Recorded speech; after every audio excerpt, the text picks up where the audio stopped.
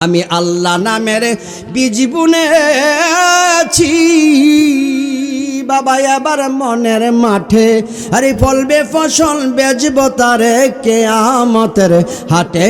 আমি আল্লাহ নামের বীজ বুনেছি বাবা, মসজিদে মোর মুরাই বাঁধা আর হবে না কচুরি মুনকার নাকির দুই ফেরেশতা হিসাবে রাখেন তারি পত্তনেদের যে জমি খাজনা দিয়ে সেই নবীজি বেহেশতির তালু কিনে বসব সোনার খাটে কিয়ামতের হাটে। আমি আল্লাহ নামের বীজ বুনেছি, চিল্লে বলেন মারহাবা। আল্লাহ ডাইকে নিছে, বন্ধু খুব কাছে আসো, নিকটে। একটা তীরের ধনুক দুই পাশের মাথাটাকে একত্রিত করলে যতটুকু আসে এর চেয়ে বেশি কাছে আল্লাহ পাক আর রসুল একখানে বৈশাখ কথা বলছে। সুবহানাল্লাহ।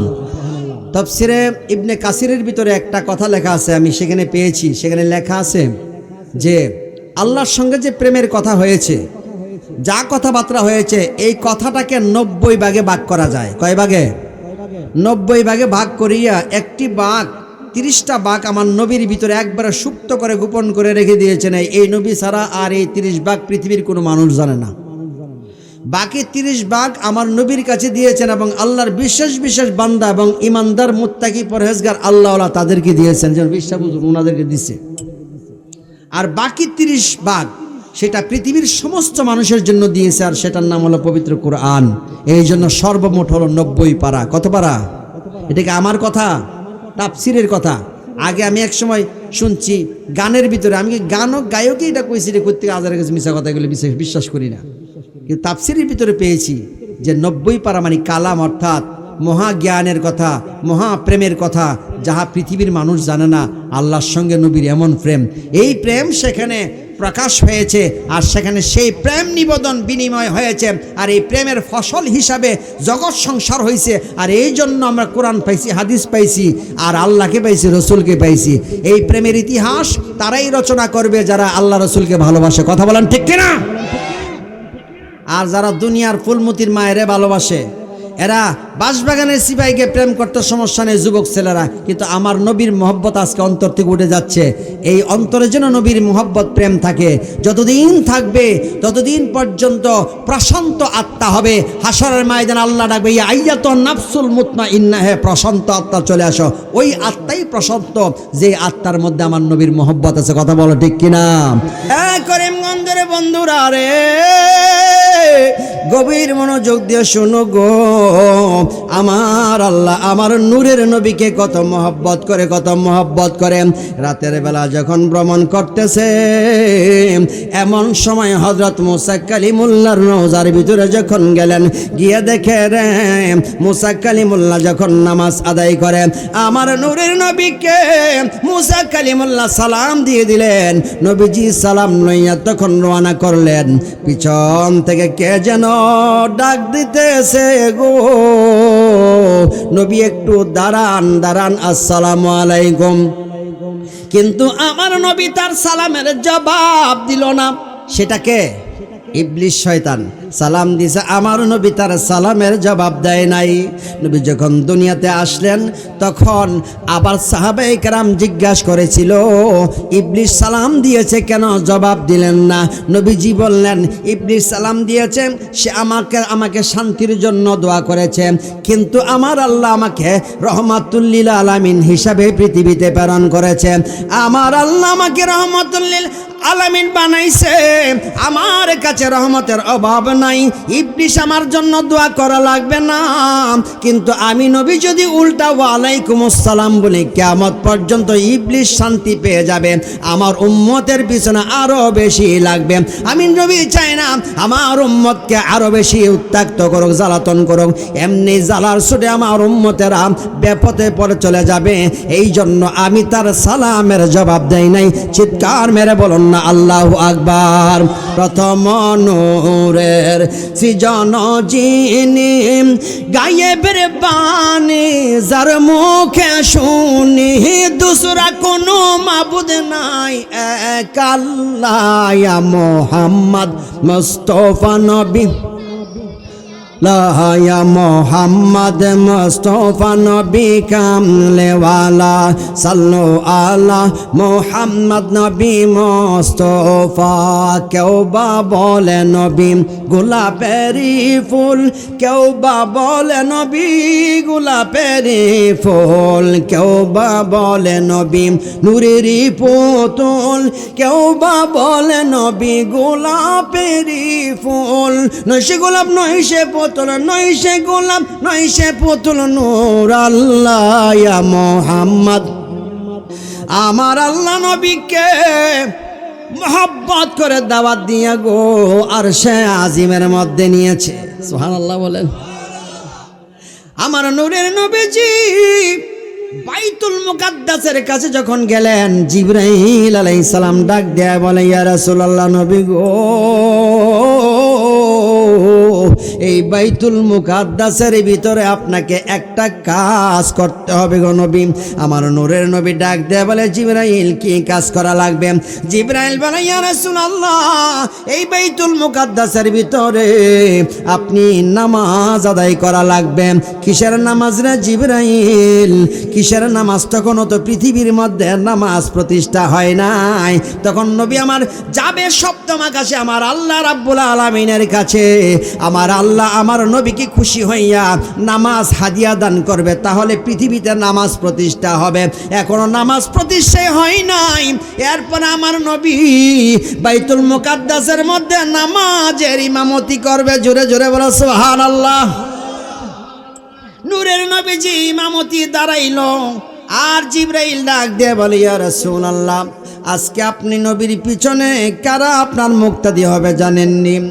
আল্লাহর যত পয়গম্বর আছে 1,00,000 মতান্তরে 2,24,000 পয়গম্বর, সমস্ত পয়গম্বরকে আমার আল্লাহ এই মসজিদের ভিতরে পাঠাইছেন। সমস্ত পয়গম্বরেরা আজকে আপনি নবীর পিছনে ইক্তেদা করে তারা নামাজ আদায় করবে। জোরে জোরে বলুন সুবহানাল্লাহ। এই জন্যই তো নবীকে ইমামুল মুরসালিন বলা হয়। চিল্লে বলো মারহাবা। প্রশ্ন রে বন্ধু, তখনও তো নামাজ ফরজ হয় নাই। যখন নামাজ ফরজ হয় নাই তখন আমার নবী কিসের নামাজ পড়লেন? সুবহানাল্লাহ। বোঝা গেল নবীজি আগে থেকেই নামাজ জানে। কথা বলো ঠিক কিনা? ওরে বন্ধু বন্ধু রে, গভীর মনোযোগ দিয়ে শোনো রে বাবা। একটা কথা আমি এখানে বলতে চাই বন্ধুরা আমার, যেই নবীরা আমার নবীর পিছনে নামাজের ইমামতিতে নামাজ আদায় করল, এই নবীরা তো পৃথিবীতে নাই। এই নবীরা প্রথম আসমানে কেউ আছে, কেউ বা দ্বিতীয় আসমানে আছে, কেউ বা তৃতীয় আসমানে আছে, কেউ বা চতুর্থ পঞ্চম সপ্তম আকাশে রয়েছে। যেই নবীর যেই মর্যাদা, সেই নবীকে আমার আল্লাহ সেই আকাশের মধ্যে রাখলেন। কিন্তু এই নবীরা পৃথিবীর মধ্যে আগমন করলো গো। শুধু আগমন করে নাই, তারা নামাজ আদায় করেছে। একজন নবী তখনও পৃথিবীতে ইসলাম প্রচার করছেন, শেষ নবী মুহাম্মদুর রাসূলুল্লাহ। আর যেই নবীরা পৃথিবী থেকে চলে গেছে রে, তারা কেউ এক এক আসমান থেকে এক একজন নবী আমার নবীর পিছনে নামাজ আদায় করতে আসলো।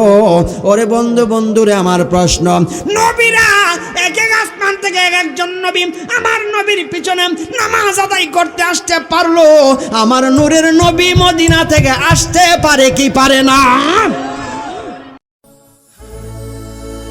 গোল্ড অফ মদিনা, সুন্নিয়তের অহংকার। গুপ্ত তত্ত্ব প্রকাশিতে ডাকলেন মৌলা পাক যাতে। গভীর রাত্রে বোরাকে চরে আর সে মুআল্লা। গভীর রাত্রে বোরাকে চরে আর সে মুআল্লা। ইয়া রাসূলুল্লাহ ইয়া হাবিব, জোরে ইয়া রাসূল या हबीबल्लाह। मेरे पर्दा उठाइया,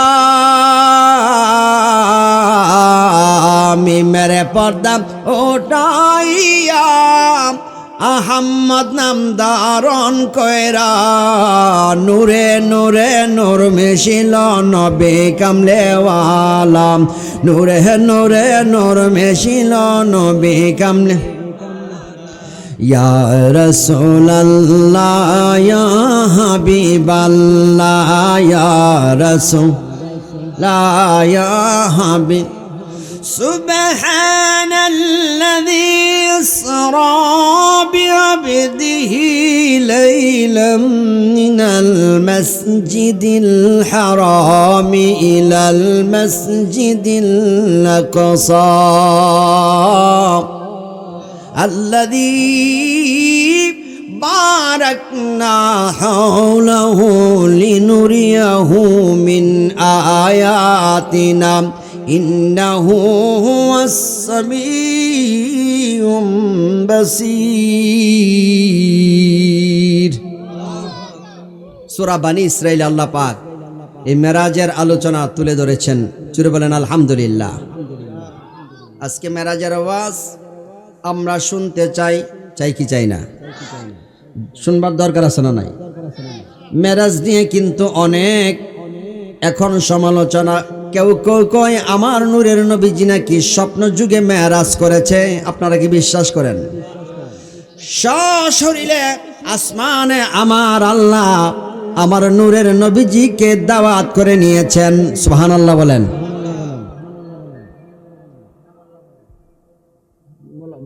তোমার ওয়াজটা করা শুনতেছি, মামু শুনতেছি, বাজান আয়ো মাইকটা দিয়ে নাইও আব্বা, হ্যাঁ মাইক দিয়ে ওয়াজ করো। আমার আল্লাহর দনেরা সামনে বইছে, বইয়া সেরা মামুর ওয়াজ না শুনে সেরা হেরা নিজেরাই ওয়াজ করা শুরু করছে। ভাতিজা নতুন নতুন না? আল্লাহ রাব্বুল আলামিন কোরআন কারিমে সূরা বানী ইসরাইলে ইরশাদ করেছেন। আচ্ছা এই জায়গা থেকে বসেন তো, খালি রাখছেন কেন? এমনি তো আমরা দুশের শেষ নাই। এই দুইটা সাইড খালি আছে, যে কেউ মুরব্বীরা এসে বসেন, দুইজন মুরব্বী পাঠাই দেন এখানে আইনা বসান, ভলান্টিয়ার যারা আছেন বসাই দেন। সুবহানাল্লাযী সুবহানাল্লাযী আসরা বিআবদিহি লাইলাম মিনাল মাসজিদিল হারাম। সুবহান শব্দটা কি? মানে অতি সুন্দর আশ্চর্য জিনিস শুনলে আমরা সুবহানাল্লাহ বলি। কথা বলেন ঠিক কিনা? আমার আল্লাহর কাছে গো আমার নবী যে আল্লাহর সঙ্গে দেখা করেছে, এটা আমার আল্লাহর কাছেও আশ্চর্য। এই জন্য আমার আল্লাহ সূরা বানী ইসরাইলের প্রথমে সুবহান শব্দ দ্বারা শুরু করেছেন। সুবহানাল্লাযী আসরা বিআবদিহি লাইলাম মিনাল মাসজিদিল হারামি ইলাল মাসজিদিল আকসা। আল্লাহ বলে, আমি আল্লাহ আশ্চর্য হয়ে বলছি, আল্লাযী ইসরা, আমি আমার বন্ধু মুহাম্মদুর রাসূলুল্লাহকে ভ্রমণ করাইছি গো, রাতের গভীরে আমি ভ্রমণ করাইছি। এই ভ্রমণটাকে হাদিস শরীফের মধ্যে 3 ভাগে ভাগ করা হয়েছে। বলুন কয় ভাগে? এই 3 ভাগের মধ্যে একটা হলো ইরাজ, আরেকটা হলো ইসরা, আরেকটা হলো মেরাজ। এই 3 ভাগে ভাগ করা হয়েছে। বন্ধুরে ও বন্ধু, কোন ভাগটাকে কোন অংশ বলা হয়? 1 নাম্বার হলো ইসরা। ইসরার সম্পর্কে বনি ইসরাইলের মধ্যে আমার আল্লাহ বলেছেন, ইসরা বিআবদিহি লাইলাম মিনাল মাসজিদিল হারামি ইলাল মাসজিদিল আকসা। রাতের গভীরে আমার বন্ধুকে বাইতুল মুকাদ্দাস থেকে বাইতুল মুকাদ্দাস আকসা, মসজিদে আকসা পর্যন্ত আমি আল্লাহ ভ্রমণ করাইছি। এই ভ্রমণটাকে বলা হয় ইসরা। সুবহানাল্লাহ বলেন। তাহলে কাবা শরীফের কাছে থেকে বাইতুল মুকাদ্দাস, ওই যে ফিলিস্তিনের মধ্যে যে মসজিদটা আছে সেই মসজিদ পর্যন্ত আমার আল্লাহ ভ্রমণ করাইছেন। এই ভ্রমণটাকে বলা হয় ইসরা। এই ভ্রমণের সম্পর্কে বলেছেন লিনুরিয়াহু, তার চতুর্দিকে আমি নূর দ্বারা ভরপুর করেছি। মিন আয়াতিনা, আমার পক্ষ থেকে সমস্ত নিদর্শনগুলি আমার নবী মুহাম্মদুর রাসূলুল্লাহকে আমি দেখাইছি। এটা হলো আমার নবীর শান, নবীর শান আমার আল্লাহ দেখাইছে। বলুন মারহাবা। রহমতে আলম নবী নূরে মুজাসসাম, বলো না রহমতে নূরে মুজাসসাম। সাহাবীরা আতর বানাই ওই নবীজির গাম, বলো না সাহাবীরা আতর বানাই ওই নবীজির গাম। চিনো জানো মানো কেমন আমার নবীজি, যাহার পাগল চন্দ্র সূর্য তারকারাজি। কথা বলেন ঠিক কিনা? আরে চিহ্ন জানো মানো কেমন আমার নবীজি, যাহার পাগল চন্দ্র সূর্য তারকারাজি। মন রে আর শুনবানি সুন্দর কাহিনী বাবা, আর শুনবানি সুন্দর কাহিনী। জান্নাতের রুমে রুমে লেখা নবীর নাম। জোরে জোরে বলুন মারহাবা। বন্ধুরি ও করিমগঞ্জের বন্ধুরা রে, আমার আল্লাহ কেমন মায়া করে আমার নবীকে ইসরা করাইলেন, ভ্রমণ করাইলেন। নবীজি কাবা ঘরের পাশে উম্মে হানির ঘরের মধ্যে ঘুমাইয়াছিলেন। এই ঘুমের অবস্থায় হযরতে জিবরাইল আলাইহিস সালাম আমার নূরের নবীর ঘরের ভিতরে আয়েশা বললেন, নবী গো, এই মুহূর্তে আমার আল্লাহর পক্ষ থেকে পয়গাম আসছে গো, আপনাকে এখনই আল্লাহ রাব্বুল আলামিনের দরবারে যাওয়া লাগবে। চিৎকার মেরে বলুন আল্লাহু আকবার। নবী আমার রাত গভীর বেলা উযু করিয়া তখন ঘর থেকে বের হইলেন। বের হইয়া কাবা ঘরের পাশে 2 রাকাত নামাজ আদায় করলেন। নামাজ আদায় করার পর নূরের নবীজি রওনা করলেন গো। এই রওনা করার সময় আমার আল্লাহ আসমান থেকে নবীজির জন্য একটা বাহন পাঠাই দিলেন, যেই বাহনের নাম হলো বুরাক। বুরাক শব্দের শাব্দিক অর্থ হলো বিদ্যুৎ। বিদ্যুৎ মানে হচ্ছে বিদ্যুতের গতিতে যেই বাহনটা চলে রে, এটা পৃথিবীর কোনো সাধারণ ঘোড়া না, পৃথিবীর কোনো গাড়ি না, মোটর সাইকেল না, প্লেন না। এইটা আমার আল্লাহ কুদরতি একটা বাহন পাঠাইছেন গো আমার নূরের নবীর জন্য। নবীজি এই বাহনের মধ্যে উঠছেন, তখন এই বাহনটা এক টানে কাবা শরীফ থেকে শুরু করে বাইতুল মুকাদ্দাসে নিয়ে গেলেন। জোরে জোরে বলুন মারহাবা।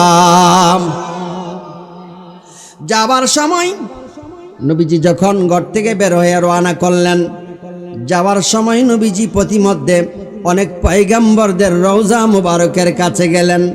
রওজা মুবারকের মধ্যে গো বিশেষ করে হাদিস শরীফের মধ্যে সাথ রয়েছে, হযরত মুসা কালিমুল্লাহর রওজা মুবারকের কাছে গেলেন।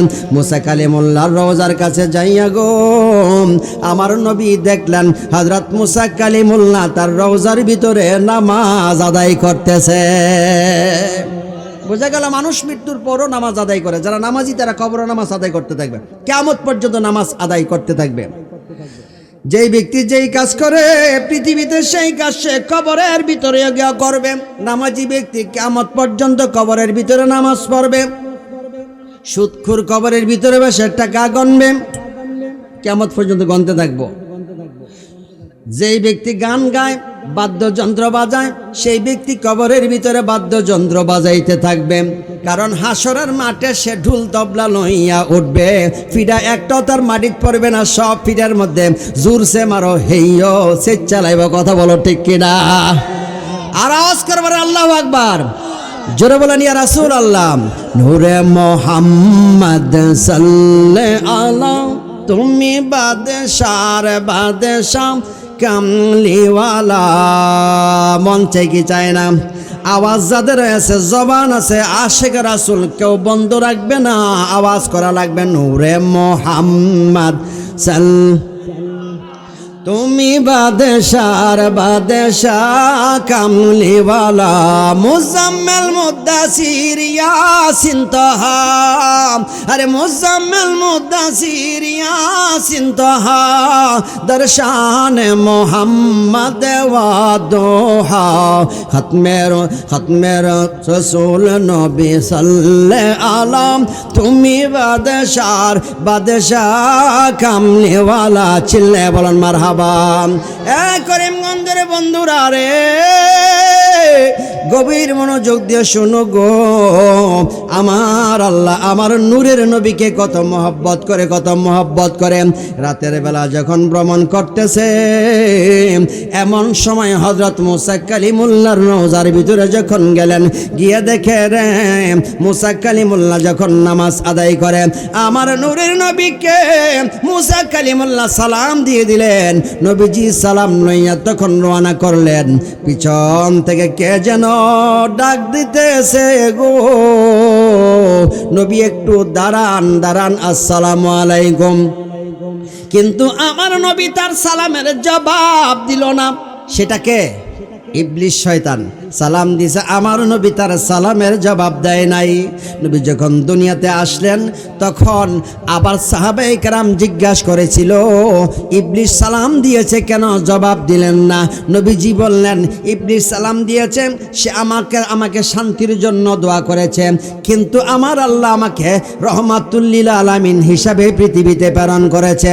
আমার আল্লাহ আমাকে রহমাতুল লিল আলামিন বানাইছে, আমার কাছে রহমতের অভাব নাই। ইবলিস আমার জন্য দোয়া করা লাগবে না, কিন্তু আমি নবী যদি উল্টা ওয়ালাইকুম আসসালাম বলি, কিয়ামত পর্যন্ত ইবলিস শান্তি পেয়ে যাবে। আমার উম্মতের পিছনে আরো বেশি লাগবে। আমি নবী চাই না আমার উম্মতকে আরো বেশি উত্ত্যক্ত করুক, জ্বালাতন করুক। এমনি জ্বালার ছুটে আমার উম্মতেরা বেপথে পড়ে চলে যাবে। এই জন্য আমি তার সালামের জবাব দেই নাই। চিৎকার মেরে বলুন না আল্লাহু আকবার। আরো জোরে বলেন ইয়া রাসূলুল্লাহ, ইয়া রাসূলুল্লাহ, জোরে বলুন ইয়া রাসূলুল্লাহ, ইয়া হাবিবাল্লাহ, ইয়া রাসূল। বাবা শুনেছি হাদিসে, দেখিলে আপনাকে জীবনের গুনাহ জড়িয়া পড়ে। কথা বলেন ঠিক কিনা? আরে শুনেছি হাদিসে, দেখিলে আপনাকে জীবনের গুনাহ জড়িয়া পড়ে। দিও গো দেখা দয়া করিয়া, ইয়া রাসূলুল্লাহ, ইয়া হাবিব, জোরে ইয়া রাসূলুল্লাহ। বাবা মন করনে কে রাশিয়া, সওয়াল করবেন বসায়া, দিও নবী গো পর্দা উঠায়া।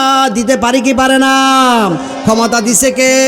আল্লাহ। যদি আমার নবীকে ক্ষমতা দেয়, পৃথিবীর কোনো মানুষ আমার নবীর বিরোধিতা করে কিছু করতে পারবে না। কথা বলেন ঠিক কিনা? চিল্লায় বলেন মারহাবা। বাইরে আমার নবীজি তখন সেখান থেকে রওনা করলেন।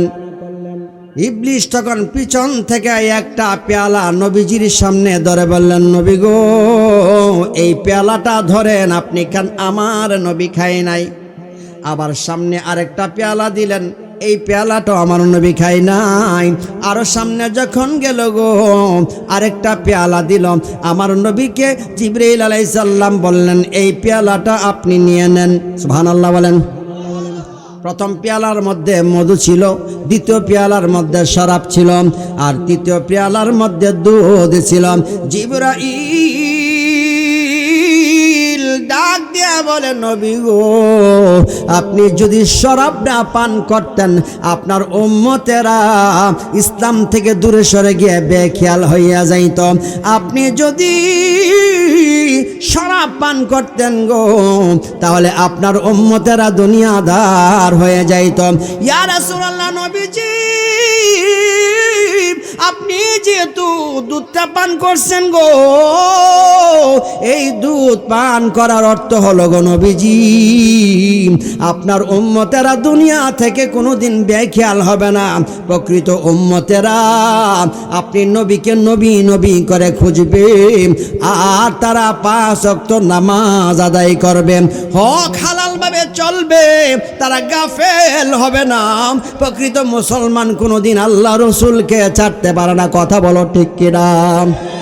আমি আল্লাহ নামের বীজ বুনেছি বাবা, এবার মনের মাঠে আরে ফলবে ফসল বেচবো তারে কিয়ামতের হাটে।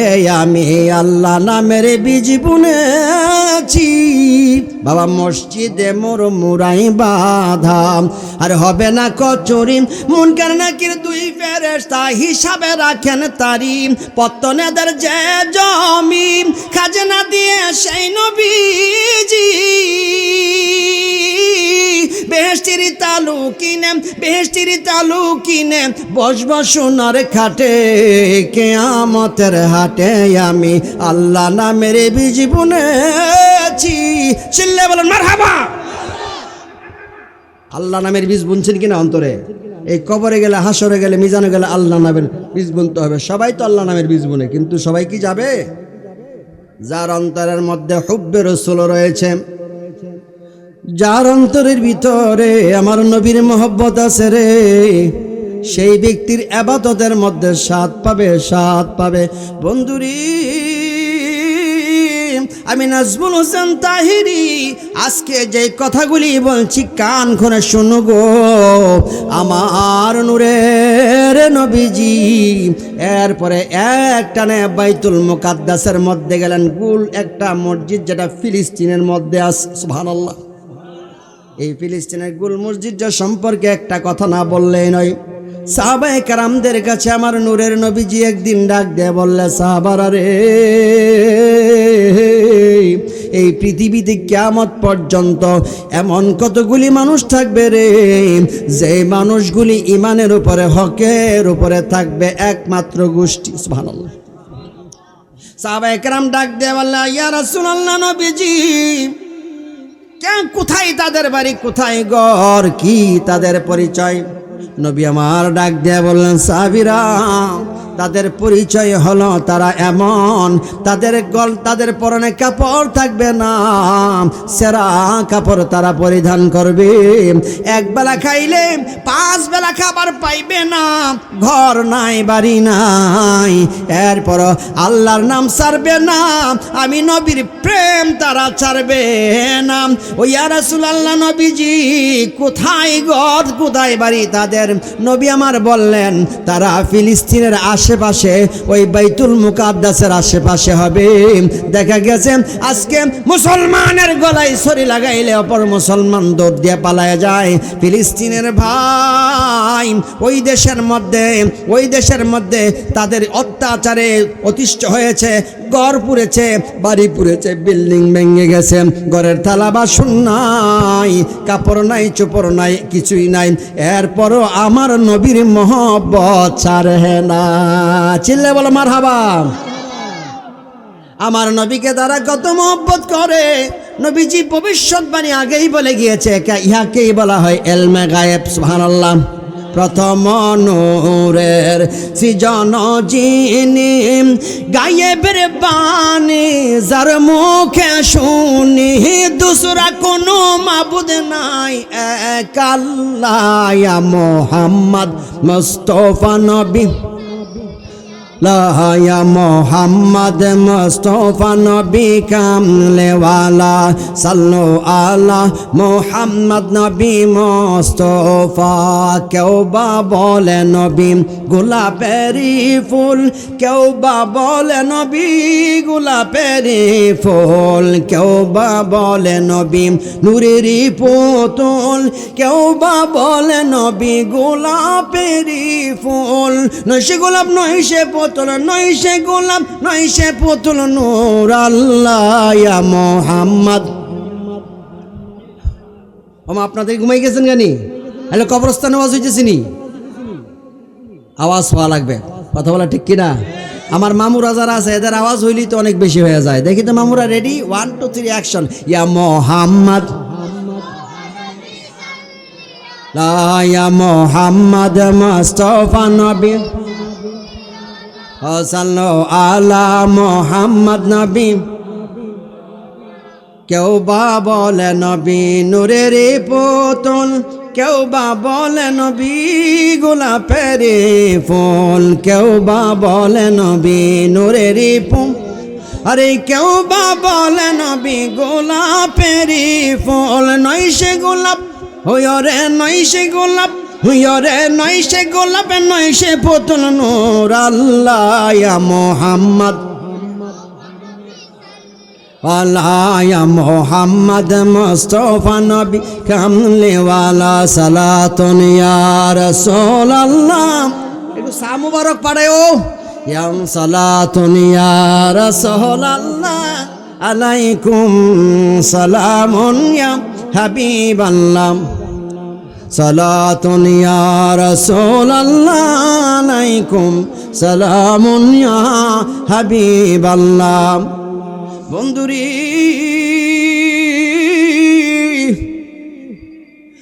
ও করিমগঞ্জের বাবারা, করিমগঞ্জের যুবক ভাইরা, করিমগঞ্জের মা বোনেরা গো, কান খাড়া করে শুনুন, কেমন নবীর উম্মত আমরা, কেমন নবীর উম্মত। আমার আল্লাহ নবীকে মোহাব্বত করে দাওয়াত দিয়া গো আর সে আজিমের মধ্যে নিয়েছে। সুবহানাল্লাহ বলেন। আমার নূরের নবীজি বাইতুল মুকাদ্দাসের কাছে যখন গেলেন, জিবরাইল আলাইহিস সালাম ডাক দেয়া বলে, ইয়া রাসূলুল্লাহ নবী গো, এই বাইতুল মুকাদ্দাসের ভিতরে আপনাকে একটা কাজ করতে হবে গো নবী। আমার নূরের নবী ডাক দেয়া বলে, জিবরাইল কি কাজ করা লাগবে?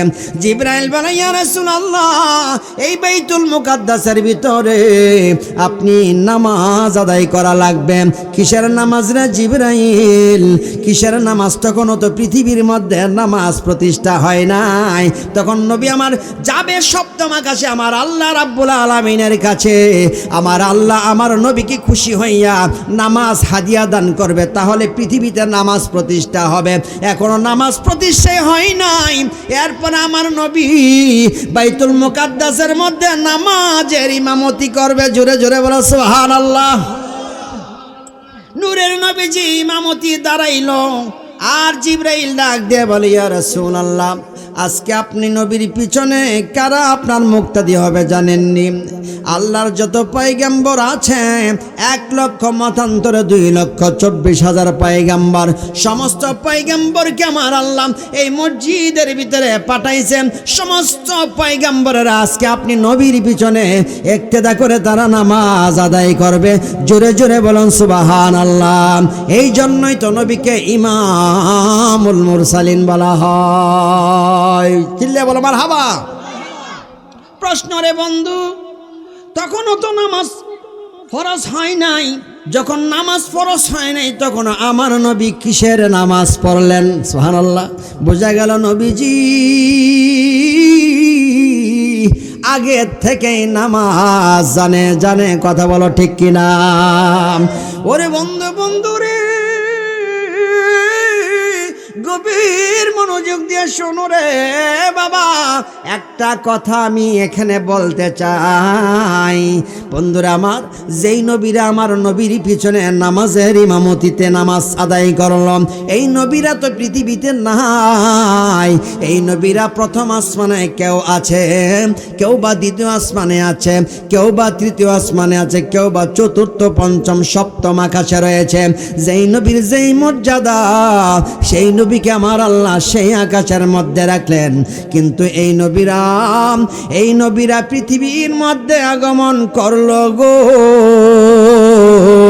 শুধু আগমন করে নাই, তারা নামাজ আদায় করেছে। একজন নবী তখনও পৃথিবীতে ইসলাম প্রচার করছেন শেষ নবী মুহাম্মদুর রাসূলুল্লাহ। আর যেই নবীরা পৃথিবী থেকে চলে গেছে রে, তারা কেউ এক এক আসমান থেকে এক একজন নবী আমার নবীর পিছনে নামাজ আদায় করতে আসলো। ওরে বন্ধুরে আমার প্রশ্ন, নবীরা এক এক আসমান থেকে এক একজন নবী আমার নবীর পিছনে নামাজ আদায় করতে আসতে পারলো, আমার নূরের নবী মদিনা থেকে আসতে পারে কি পারে না? কি বোঝা গেল? সব নবীরা আসমান থেকে দুনিয়াতে আসতে পারে, তা আমার নূরের নবী মদিনা থেকে আইতে পারে না। আরে এরা তো দুনিয়ার থেকে অনেক আগে পর্দা করেছে সেই নবীরা, তারা যদি এক একজন এক এক আসমান থেকে বাইতুল মুকাদ্দাসের ভিতরে আমার নবীর পিছনে নামাজ পড়ার জন্য আসতে পারে, বোঝা গেল নূরের নবী, হায়াতুন নবী, জিন্দা নবী, গায়েবের খবর দেন আলা নবী, হাজির ও নাজির নবী, মদিনার রওজা থেকে যেই কোনো সময় যেই কোনো জায়গায় যাওয়ার মতো ক্ষমতা আমার আল্লাহ দান করেছেন, যাইতে পারে। ইহাই হচ্ছে নবীর শান, আমার আল্লাহ পাঠায়, এটা আল্লাহর শান। চিৎকার মেরে বলুন আল্লাহু আকবার, আরো জোরে বলেন ইয়া রাসূলুল্লাহ।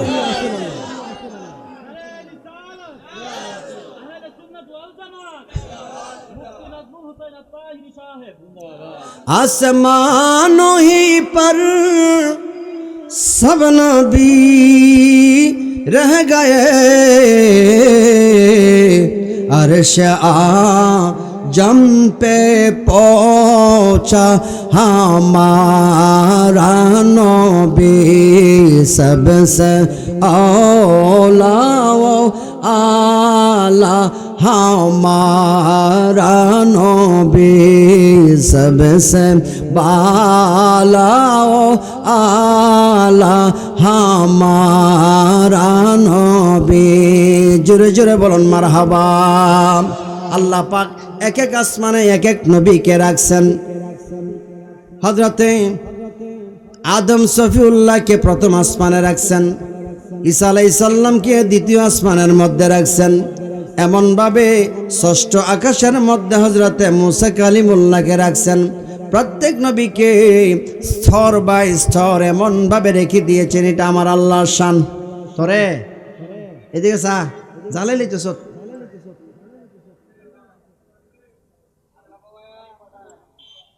ছায়া থাক এমনি ছায়া থাক। আর কথা কবে দুরূদ শরীফ পড়েন, আল্লাহুম্মা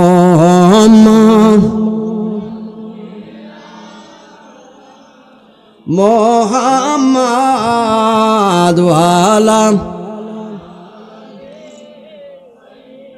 দেনা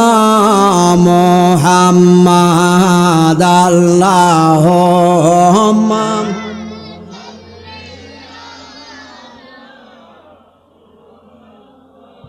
ওয়ালা আলি সাইয়্যিদিনা। ওয়াজ ভালো লাগে না খারাপ লাগে? কার কার ভালো লাগে না একটু হাত তুলে দেখাই। আমি কইছি কার কার ভালো লাগে না, হাত তুলছে। ওদি আরেকজন ওইটা যাই কই যাইতেছে, পেশাব করলে 1 নাম্বার, কয় নাম্বার কথা বল, কয় নাম্বার বাথরুমে। আর যাদের বিড়ি সিগারেট খাওয়ার অভ্যাস আছে গো, তারা দেখাইবেন 3 নাম্বার। কয় নাম্বার? 3 নাম্বার বন্ধ। 3 নাম্বার, 3 নাম্বার। আর 4 নাম্বার কোনটা? 4 নাম্বার হচ্ছে গাঁজা। কি গাঁজা খাওয়া হালাল না হারাম? এই কথা বলেন, হালাল না হারাম? হালাল না হারাম? কোন মানুষের কাছে আরাম। কিতা বলেন? যারা গাঁজা খাওয়ার অভ্যাস আছে এরা হলো আল্লাহর উলু। কি দেখবেন কিছু কিছু মানুষের গাঁজা ছাড়া ঘুম আসে না, এগুলি হারাম, খাদ্য নিষেধ।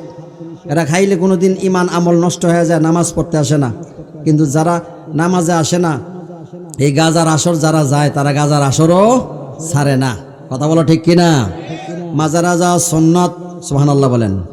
মাজার জিয়ারত করা সুন্নত, কিন্তু মাজারে গেলে কিছু কিছু মানুষ খেতে গাজাই চারা সেখানে গাঁজা খায় না? এদের জন্য আমাদের বদনাম। এদের থেকে দূরে থাকবেন, তাদেরকে না করবেন গাঁজা খাওয়ার জন্য। বাবারে, মাথার মধ্যে লম্বা জটওয়ালা মানুষ দেখবেন, নবী আমার বলেছেন মাথার মধ্যে জট হলো শয়তানের বাসা। নূরের নবীর কথার উপরে কোনো কথা নাই, এই জন্য নবী আমার বললেন মাথায় জট হলো শয়তানের বাসা। এই শয়তানের বাসাওয়ালা মানুষদের কাছে দূরে থাকতে হবে। তারা কোনোদিন আল্লাহর ওলি হতে পারে না। দাঁত মাজে না, মুখ দয় না, মুছে একটা এরকম হনুমানের মতন এরকম বাড়ি রাখছে, এরকম আছে না নাই? এগুলো হনুমানের মতন মুজ বানিয়ে রাখছে। এরা কোনোদিন আল্লাহর একটা বাপ দূরে থাকে, সব সময় একটা বাপ দূরে থাকে এরকম দেখতে, মনে না জানে কোত্থেকে আসমান থেকে এক্ষণ নাজিল হয়েছে। আসলে যে শয়তানের বাসা তার মাথার মধ্যে আছে, এটা তো আল্লাহর নবী আগেই কয়ে গেছে। কথা বলো ঠিক কিনা? এদের সাথে সুন্নি জামাতের কোনো মিল নাই, এদের সাথে সুন্নি জামাতের কোনো সম্পর্ক নাই। তারা কোনোদিন ইমানদার হতে পারে না। গাঁজা খাইয়া কেউ কোনোদিন আল্লাহর ওলি হয়েছে এমন প্রমাণ কোরআন হাদিস ইজমা কিয়াস কোনো জায়গার মধ্যে নাই। কথা বলেন ঠিক কিনা? ওরে বন্ধু, বন্ধু রে, আমি দেখছি গাঁজা কেমন করে খায়। গাঁজা খাওয়ার সময় গো তারা গোল কইরা বসে, জামাত সহকারে বসে, মানে গোল করে একত্রিত হইয়া মসজিদে জামাতে যায় না। যারা গাঁজা খায় গাঁজার জামাত ছাড়ে না, প্রতিদিন একবার না গেলে তাদের ভাত হজম হয় না। একটা গোল কইরা বইসা কাঠের মধ্যে গাঁজাগুলি লইয়া, লম্বা একটা কলকি মুবারক আছে গো, এইটার ভিতরে গাঁজাগুলি ঢুকাইয়া এবার নারকেলের সুবরাগুলি গুল করে পেছাইয়া আগুন ধরাইয়া টান মারে এরকম ভাবে। আসানা নাই? এই আসানা নাই? নাউজুবিল্লাহ বলেন। এগুলি হালাল না হারাম? এমন ভাবে টান মারে রে, ইল বাবা মতিঝিল গাঞ্জার কলকি আস্তাগিল, এগুলি লইয়া আবার অনেকে গান বানাইছে। গান শুনবেন নি? শোনো মুমিন মুসলমান, বেশি করে গাঞ্জা টানো, আখেরাতে সবই পাইবা, গাঞ্জা পাইবা না রে আখেরাতে। আরে দুই পান্দে দুই ফেরেশতা, তাদের কাছে গাঞ্জার বস্তা, মজা কইরা তারা খাবে, তোমায় দেবে না রে। মজা কইরা তারা খাবে। জোরে জোরে বলুন না নাউজুবিল্লাহ। যুবক, করিমগঞ্জের যুবকেরা রে, মামুর ওয়াজ ভালো করে শুনে নাও। জীবনে কোনোদিন গাঞ্জার কলখির মধ্যে টান দিবা না, জীবনে কোনোদিন নেশার মধ্যে টান দিবা না। আজকে কত যুবক নষ্ট হয়ে গেছে, কত যুবক নষ্ট হয়ে গেছে গাঞ্জা টেনিয়া বা খাইয়া। চেহারাটা মলিন হয়ে গেছে, পাছাটা একদম এরকম চিপা হয়ে গেছে, ফ্যানটার লাগে না, চেহারা মলিন হয়ে গেছে, পাগলের মতো আচরণ করে, মানুষের সঙ্গে রুরু ব্যবহার করে, মার সঙ্গে ভালো ব্যবহার করে না, বাবার সঙ্গে ভালো ব্যবহার করে না। কারণ গাঁজা খাইয়া ইয়া বা খাইয়া তার মাথার স্ক্রু সব বিলা হয়ে গেছে। কথা বলো ঠিক কিনা? এগুলি কোনোদিন হালাল, এগুলি কোনোদিন সভ্য সমাজে চলতে পারে না। কথা বলেন ঠিক কিনা?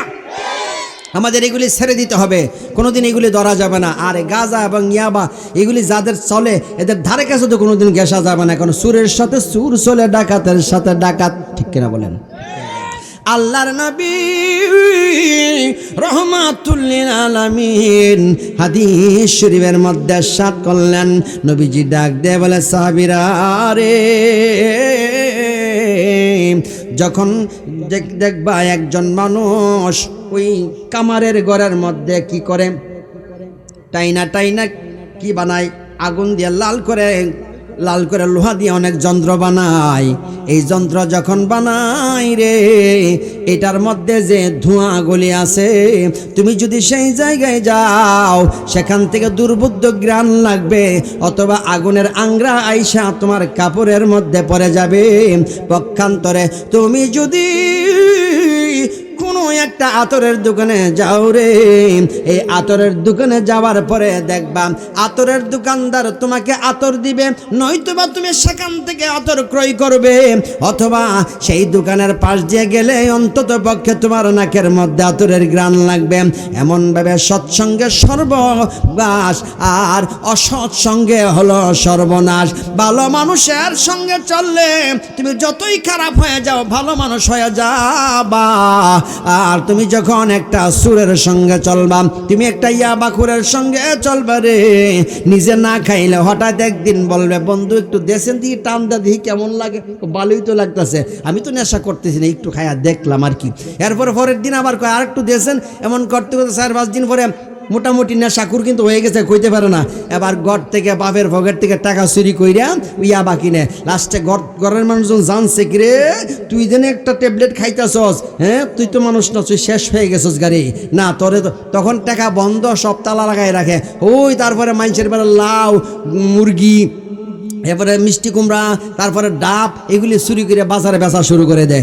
এরপরে চুরি করতে করতে হঠাৎ করে একদিন ধরা পরে গ্রামের মানুষজন গুলমোড়া দেয়। তখন সুরেরা কয় কি বাবা নে তোর একটা ডিগ্রি হয়েছে, আয় আমরা সুরের দলের মধ্যে নাম লেখ, তুই যেন মুড়া হয়ে গেছিস, তোর ফাওয়ার বাইরে গেছে। এবার বড় সুরদের সাথে মিলার পরে ওই রোডের মধ্যে হারিয়ে আবার ডাহাতি করে শুরু, হ্যাঁ সব দিয়া দে কয়ে দিলাম। আসে না নাই? হ্যাঁ আসে না নাই? আসে না নাই? তালে তালে আর কি। এরপরে রাস্তার মধ্যে ডাহাইতে ধরছে আমারে, ডাহাইতে ধরে কয় মিয়া সাহেব কি আছে দেখা সিলেট, বাবা সব নিয়ে যাও, আমার কাছে কোনো কিছু নাই, যেটা যেটা দিয়ে দিছি। তো অল্প টাকা ভাইয়া কয় হুজুরের কাছে তো এত কম টাকা থাকার কথা না, টিহা কই রাখছে। হুজুর ফাঁকরিটা খুলেনছে, ফাঁকরিটা খুললা দেখ ফাঁকরি মিদের টাকা ঢুকাই দিয়ে রাখছে। সুরের গুরুর সুর মাথার মধ্যে ফাঁকরির মধ্যে, আর আমি কি ডাহাইতের ঘরে ডাহাইতে, তুই ডাহাইত রে, আমি সুর, আমার টাকা আমি ফাঁকরির ভিতরে রাখছি, এটা সুর হয়ে জায়গা। আর তুই যে রুটের মধ্যে দাঁড়ায় ডাকাতি করতেছে, এটা কোনো বুঝতে হয় না। আছে না নাই? আল্লাহ নবী রাহমাতুল লিল আলামিন খরাইগন্ডায় সাহাবায়ে কেরামদের মধ্যে যে অপসংস্কৃতি ছিল, এইগুলিকে কাটায়া কাটায়া সেই যুগের মানুষগুলিকে স্বর্ণের যুগের মানুষ বানাইছে। এই সাহাবীরা এমন যুগের মানুষ ছিল, বর্বর যুগের মানুষ ছিল, সামাজিক অর্থনৈতিকভাবে কোনো দিকে তারা ভালো মানুষ ছিল না। এই মানুষদেরকে নূরের নবী, হায়াতুন নবী, জিন্দা নবীজি তাদেরকে ভালো মানুষ বানাইলেন। আজকে তারা স্বর্ণের মানুষ হয়েছে। নবী আমার বললেন আসসাহাবিউ কান্নুজুম, আমার সাহাবীরা হলো আকাশের নক্ষত্রের মতো। আমার নূরের নবীজির কাছে যাইয়া তারা হয়েছে নক্ষত্র। আজকে কোরআন রয়েছে, হাদিস রয়েছে, আমরা শুনি না, সেগুলির প্রতি আমল করি না। আল্লাহর নবী বলে তারাকতু ফিকুম আমরাইনি লান তাদিল্লু মা তামাসসাকতুম বিহিমা কিতাবাল্লাহি ওয়া সুন্নাত রাসূল। আমি নবী তোমাদের কাছে দুটি জিনিস রেখে গেলাম, এই দুইটা জিনিসকে যতদিন আঁকড়ে ধরে রাখবা ততদিন পর্যন্ত তোমরা গাফেল হবা না, পথভ্রষ্ট হবা না। একটা হলো আল্লাহ রাব্বুল আলামিনের কোরআন, আর একটা হলো আমি নবীর সুন্নাহ, আমি নবীর সুন্নাহ। এই দুইটা জিনিস আঁকড়ে ধরে রাখলে গো তোমরা কোনোদিন পথচ্যুত হবে না। জোরে জোরে বলুন সুবহানাল্লাহ, সুবহানাল্লাহ, লা ইল্লাল্লাহ, সুবহানাল্লাহ, লা ইলাহা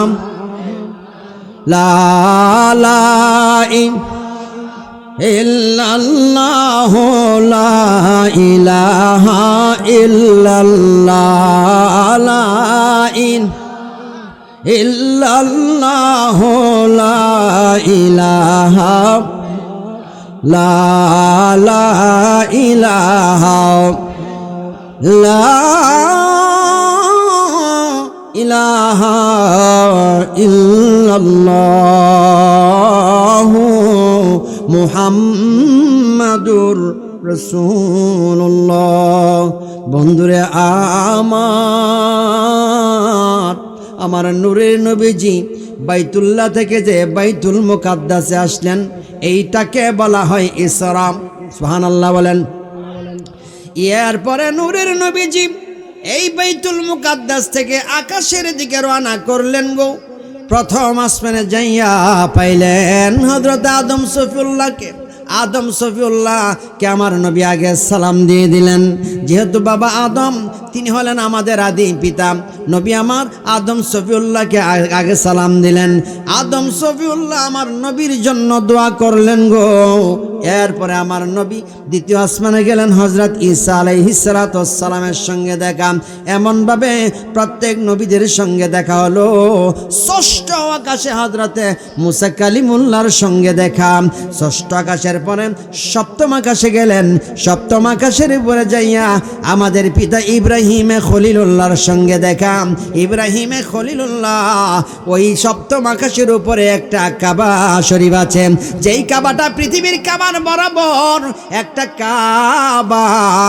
ওই কাবাটার নাম হলো বাইতুল মামুর। ওই বাইতুল মামুরের কাছে আমাদের বাবা ইব্রাহিমে খলিলুল্লাহ টেস মাইরা বসে আছে। আমার নবী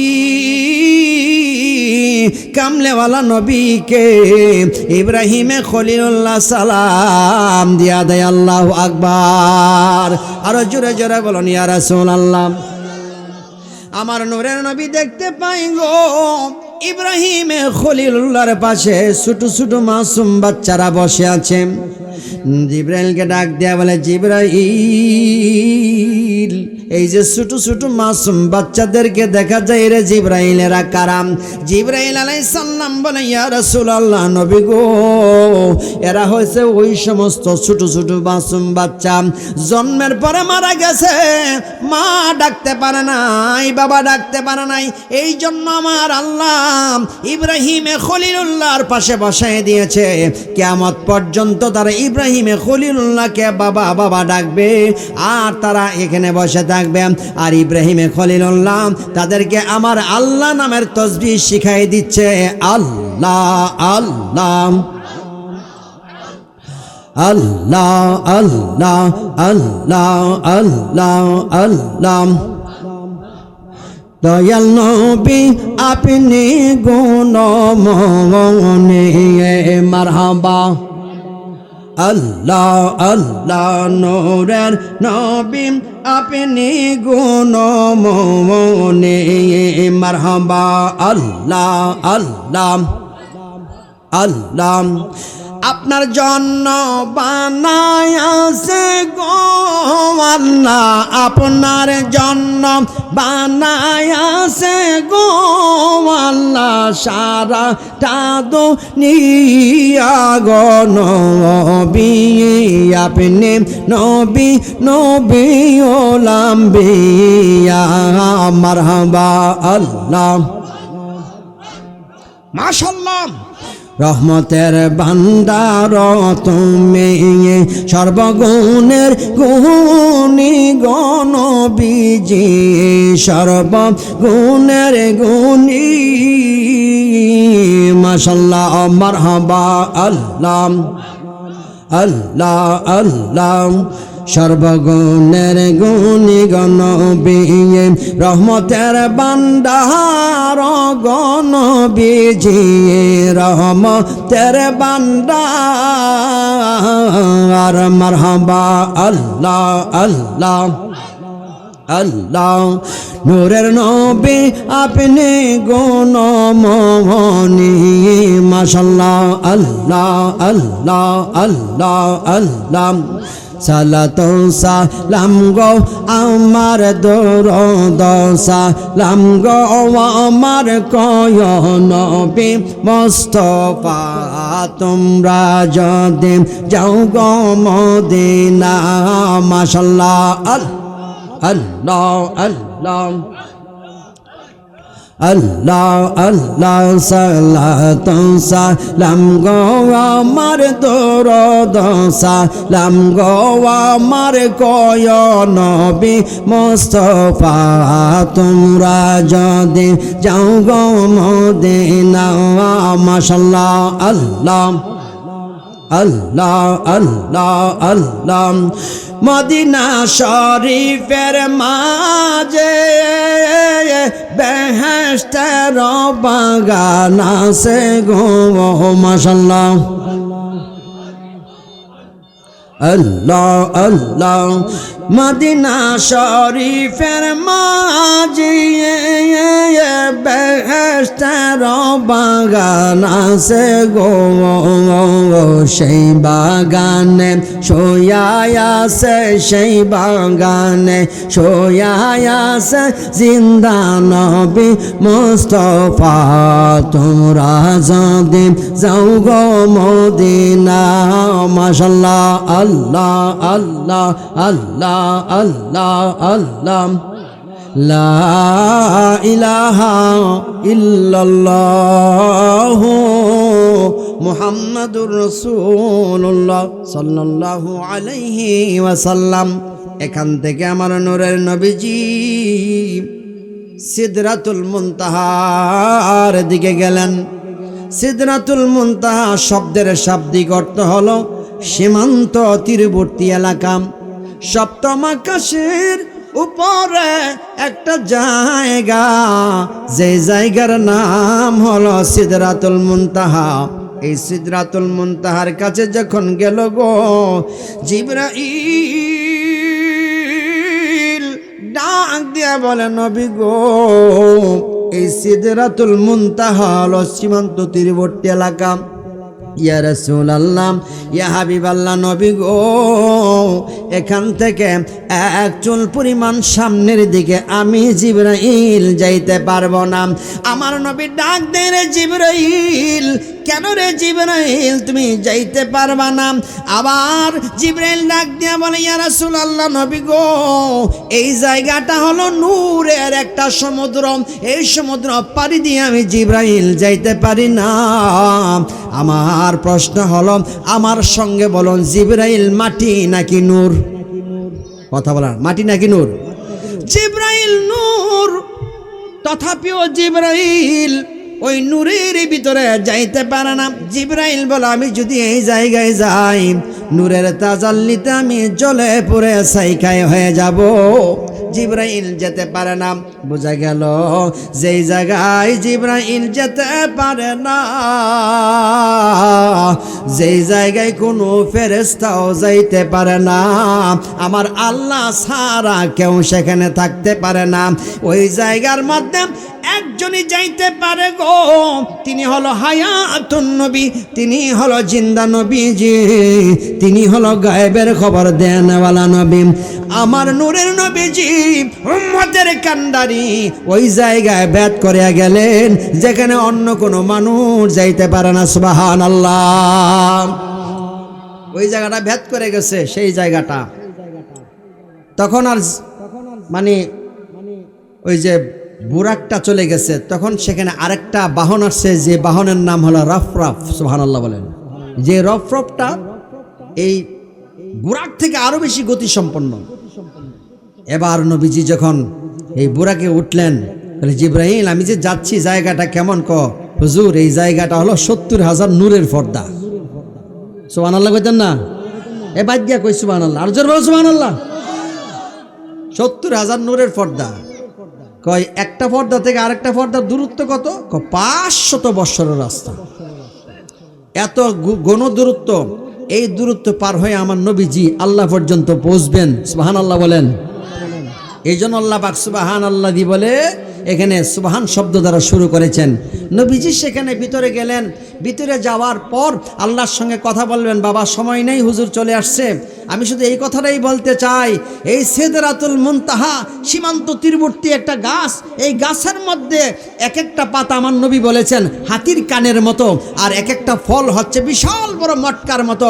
এই মটকার মতো ফল। আর এই গাছের পাতাগুলি, এই পাতাগুলি কিসের পাতা? যেই পাতার মধ্যে মানুষের নাম ঠিকানা লেখা আছে। প্রতিটা পাতার মধ্যে নাম কি, বাবার নাম কি, মার নাম কি, কোন জায়গায় বাড়ি, কি করেছে জীবনে, কতবার সুদ খাইছে, কতবার ঘুষ খাইছে, কতবার জিনা করেছে, কতবার ইয়াবা খাইছে, কত যুবক ছেলেরা ফুলমতির মায়ের জন্য বাচ্চারা সিপাই সিপাই ঘুরছে, সব কিছু এই পাতার মধ্যে লেখা আছে। যেই পাতাটা ফাইক্কা খালি নিচে পড়ে, এই পাতাটা জিবরাইল আলাইহিস সালাম সকালবেলা হাতে নেয়। আজরাইল আলাইহিস সালাম নিয়ে দেখে, এটা কেটা রে? এটা হচ্ছে করিমগঞ্জের কি বাদ জায়গাটার নাম কি? এই জাফরাবাদের সলিমউদ্দিনের ফুত কলিমউদ্দিন, তার মৃত্যু এখানে লেখা আছে। এই আজরাইল আলাইহিস সালাম তখন দুনিয়াতে আসে, আইয়া সেরা তখন ওই মানুষটার জানটা নিয়ে যায়। এই গাছের যত পাতা পৃথিবীতে তত মানুষ থাকবে, এই জন্য এই গাছটা হচ্ছে মানুষ গাছ। জোরে বলেন আল্লাহু আকবার। এটা হলো জীবন্ত গাছ, মানুষের জীবনের গাছ। যেই পাতা পড়ে যাবে তার জীবনের হায়াত শেষ। আমার নবী কত কিছু দেখছে, কোনো ফেরেশতা এগুলি দেখছে? অন্য কোনো নবী দেখছে? তাহলে আমরা যে বলি যে আল্লাহ বলে যে কোনো কিছু না দেখি বিশ্বাস করো না, আমরা তো আল্লাহরে দেখি নাই, কেমন করে বিশ্বাস করব? কারণ আমার নবী আল্লাহকে দেখে আসছে, এই জন্য আমাদের আল্লাহ দেখা হয়েছে। জোরে বলেন সুবহানাল্লাহ। আল্লাহ পাক আছে না নাই? চিৎকার বলে আছে না নাই? আসমানে সাজ সাজ রব, ওই দেখো কে এলো রে, মারহাবা মারহাবা রব, চেয়ে দেখো কে এলো রে, সুম্মা দানাম ফাতাদাল্লাহ, বলিলেন প্রভু মহান আল্লাহ। সুবহানাল্লাহ। আল্লাহ ডাইকা নিছে, বন্ধু খুব কাছে আসো, নিকটে। একটা তীরের ধনুক দুই পাশের মাথাটাকে একত্রিত করলে যতটুকু আসে, এর চেয়ে বেশি কাছে আল্লাহ পাক আর রসুল একখানে বৈশা কথা বলছে। সুবহানাল্লাহ। তাফসিরে ইবনে কাসিরের ভিতরে একটা কথা লেখা আছে, আমি সেখানে পেয়েছি। সেখানে লেখা আছে যে আল্লাহর সঙ্গে যে প্রেমের কথা হয়েছে, যা কথাবার্তা হয়েছে, এই কথাটাকে 90 ভাগে ভাগ করা যায়। কয় ভাগে? 90 ভাগে ভাগ করিয়া একটি ভাগ, 30টা ভাগ আমার নবীর ভিতরে একবারে সুপ্ত করে গোপন করে রেখে দিয়েছেন। এই নবী ছাড়া আর এই 30 ভাগ পৃথিবীর কোনো মানুষ জানে না। বাকি 30 ভাগ আমার নবীর কাছে দিয়েছেন এবং আল্লাহর বিশেষ বিশেষ বান্দা এবং ইমানদার মুত্তাকি পরহেজগার আল্লাহওয়ালা তাদেরকে দিয়েছেন, যেন বিশ্বাস ওনাদেরকে দিছে। আর বাকি 30 ভাগ সেটা পৃথিবীর সমস্ত মানুষের জন্য দিয়েছে, আর সেটার নাম হলো পবিত্র কোরআন। এই জন্য সর্বমোট হলো 90 পারা। কত পারা? এটাকে আমার কথা, তাফসিরের কথা। আগে আমি এক সময় শুনছি গানের ভিতরে, আমি গায়কই এটা কইছি রে, করতে আজারের কাছে মিশা কথা, এগুলো বিশ্বাস করি না। কিন্তু তাফসিরের ভিতরে পেয়েছি যে 90 পারা মানে কালাম, অর্থাৎ মহাজ্ঞানের কথা, মহাপ্রেমের কথা, যাহা পৃথিবীর মানুষ জানে না। আল্লাহর সঙ্গে নবীর এমন প্রেম, এই প্রেম সেখানে প্রকাশ হয়েছে, আর সেখানে সেই প্রেম নিবেদন বিনিময় হয়েছে, আর এই প্রেমের ফসল হিসাবে জগৎ সংসার হয়েছে। আর এই জন্য আমরা কোরআন পাইছি, হাদিস পাইছি, আর আল্লাহকে পাইছি, রসুলকে পাইছি। এই প্রেমের ইতিহাস তারাই রচনা করবে যারা আল্লাহ রসুলকে ভালোবাসে। কথা বলেন ঠিক কিনা? আর যারা দুনিয়ার ফুলমতির মায়েরে ভালোবাসে, এরা বাঁশবাগানের সিপাহীকে প্রেম করতে সমস্যা নেই, যুবক ছেলেরা। কিন্তু আমার নবীর মহব্বত আজকে অন্তর থেকে উঠে যাচ্ছে। এই অন্তরে যেন নবীর মহব্বত প্রেম থাকে, যতদিন থাকবে ততদিন পর্যন্ত প্রশান্ত আত্মা হবে। হাসরের ময়দানে আল্লাহ ডাকবে, ইয়া আইয়াতুন নাফসুল মুতমাইন্নাহ, হে প্রশান্ত আত্মা চলে আসো। ওই আত্মাই প্রশান্ত, যে আত্মার মধ্যে আমার নবীর মহব্বত আছে। কথা বলো ঠিক কিনা? আমি লিখিব চিঠি দেব তোমায়, বলেন না, আমি লিখিব পাখি পৌঁছে দিও রোজায়, আমি লিখিব চিঠি দেব তোমায়, পাখি পৌঁছে দিও রোজায়। কবে আসবে মাদিনার পাগাম, গায়ে বাঁধব হাজিদের হেরাম, আমি ঘুরব মদিনার চারিপাশ, চোখে দেখব সব যে গুম্বাদ। আমার বন্ধু আরিফ বিল্লাহ পীরি তরিকাত রহনুমায়ে শরিয়ত মক্কা মদিনায় ঘুরে আসছে। বলে আলহামদুলিল্লাহ। মক্কা মদিনার মেহমান আপনাদের সামনে আসছে। একজন আলেমী দিনের চেহারার দিকে তাকায় থাকলে আল্লাহ পাক মানুষের সগীরা গুনাহ মাফ করে দেয়। একজন বুজুর্গানে দিন, আওলাদে রাসূল, পীরের সন্তান পীর, আম গাছে আম ধরে, জাম গাছে জাম ধরে। পীরের ঘরে পীরই হয়, ভালো মানুষের ঘরে ভালো মানুষ হয়। কথা বলা ঠিক কিনা? এই জন্য আল্লাহর ওলি আপনাদের কাছে আসছি। উনি অনেকদিন যাবত এখানে আসে, এখানে বক্ত মুরিদের আছে। আপনারা যারা বায়াত গ্রহণ করেন আরও বায়াত হবেন। একজন আওলাদে রাসূল, একজন আল্লাহর ওলির হাতে হাত দিয়ে যদি বায়াত গ্রহণ করে থাকা যায়, তাহলে নিজের ইমান আমল মজবুত থাকে। দেখেন একসময় মাও থাকবে না, বাবাও থাকবে না, আপনার জন্য কে দোয়া করবে? পীর মুর্শিদ আওলা সন্তান মনে করে এক একটা মুরিদকে। আর তাদের জন্য হাত উঠালে আগে পীর মুর্শিদের দোয়া করে, আল্লাহ আমার এই সারা পৃথিবীর ভিতরে আমার মুরিদানরা যেখানে আছে, আল্লাহ আমি গুনাহগারকে আমার ওসিলা, আমার পীর মুর্শিদের ওসিলা, নবীর ওসিলা, আল্লাহ এই আমার মুরিদদেরকে তুমি রহমত দান করো। সুবহানাল্লাহ বলে। আল্লাহ বিপদ আপদ থেকে বাঁচায় রাখো। তো এই জন্য মুরিদের জন্য দোয়ার জন্য একটা ফ্যাক্টরি হচ্ছে পীর মাশায়েখ। এই জন্য পীরের হাতে হাত দিয়ে বায়াত গ্রহণ করা একজন প্রকৃত ইমানদার মুসলমানের কাজ। আল্লাহ পাক আমাদেরকে সবসময় এগুলি বোঝার তৌফিক দান করে এবং এই বদরপুরি দরবার শরীফের পক্ষ থেকে যে মাদ্রাসা, এই মাদ্রাসাকে দায়েম কায়েম রাখুক এবং এই মাদ্রাসাতে আপনাদের সন্তানদেরকে দিবেন, পড়াবেন এবং মাদ্রাসার প্রতি খেয়াল রাখবেন। এই বেলায়েতুল্লাহ এখানে অনেক দিন যাবৎ খেদমত করছেন, আপনারাও এখানে খেদমত করে যাবেন ইনশাআল্লাহ। আল্লাহ পাক এই মাদ্রাসা উত্তরোত্তর আর উন্নতি দান করুক, আমাদেরকে সারা বাংলাদেশকে শান্তি দান করুক। শান্তি হওয়ার কোনো লক্ষণ নাই, তারপরে দোয়া করি, তারপরে আল্লাহ পাক যেন শান্তি দেয় এই বাংলাদেশটাকে, এই আশাবাদ ব্যক্ত করে আমার বন্ধুবর আরিফ বিল্লাহ রাব্বানি ওনার হুজুরের কাছে, পিসা হুজুরের কাছে দোয়া চেয়ে শেষ করছি। আসসালামু আলাইকুম ওয়া রাহমাতুল্লাহি ওয়া বারাকাতুহু।